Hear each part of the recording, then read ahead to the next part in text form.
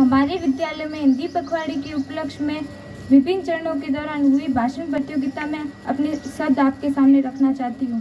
रचना का श्रृंगार है हिंदी, वाणी का आकार है हिंदी, चंचल चपला ये नहीं सरिता का संसार है हिंदी। आइए इस हिंदी भाषा के इतिहास को जानें, हमारी राष्ट्रभाषा को समझें।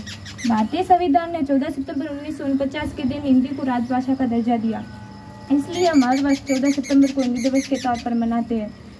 भारत में हिंदी दिवस मनाने की शुरुआत आज़ादी के बाद हुई।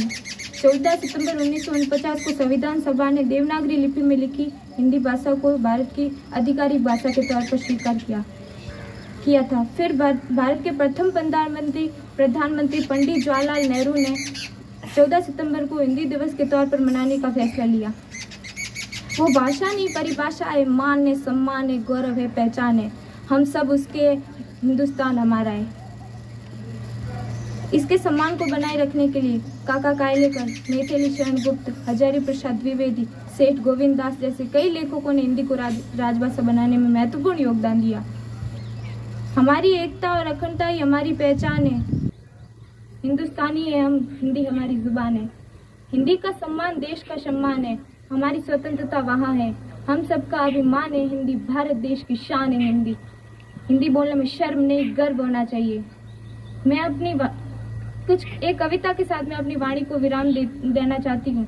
अंग्रेजी में नंबर कम थोड़े आते हैं, अंग्रेजी बोलने से घबराते हैं, पर स्टाइल के लिए पूरी जान लगाते हैं क्योंकि हम हिंदी बोलने से शर्माते हैं। एक वक्त था जब हमारे देश में हिंदी का बोलबाला था, माँ की आवाज में सुबह का उजाला था। उस माँ को अब हम मॉम कह के बुलाते हैं क्योंकि हम हिंदी बोलने से शर्माते हैं। देश आगे बढ़ गया है, हिंदी पीछे रह गई है। इस भाषा से अब हम नजरें चुराते हैं क्योंकि हम हिंदी बोलने से शर्माते हैं। मानव पूरी दुनिया को अंग्रेजी चलाती है, पर हिंदी भी तो हमारी पहचान पूरी दुनिया में कराती है। क्यों ना अपनी मातृभाषा को फिर से सड़कों पर बिठाए। आओ हम सब मिलकर हिंदी दिवस मनाएं। जय हिंद।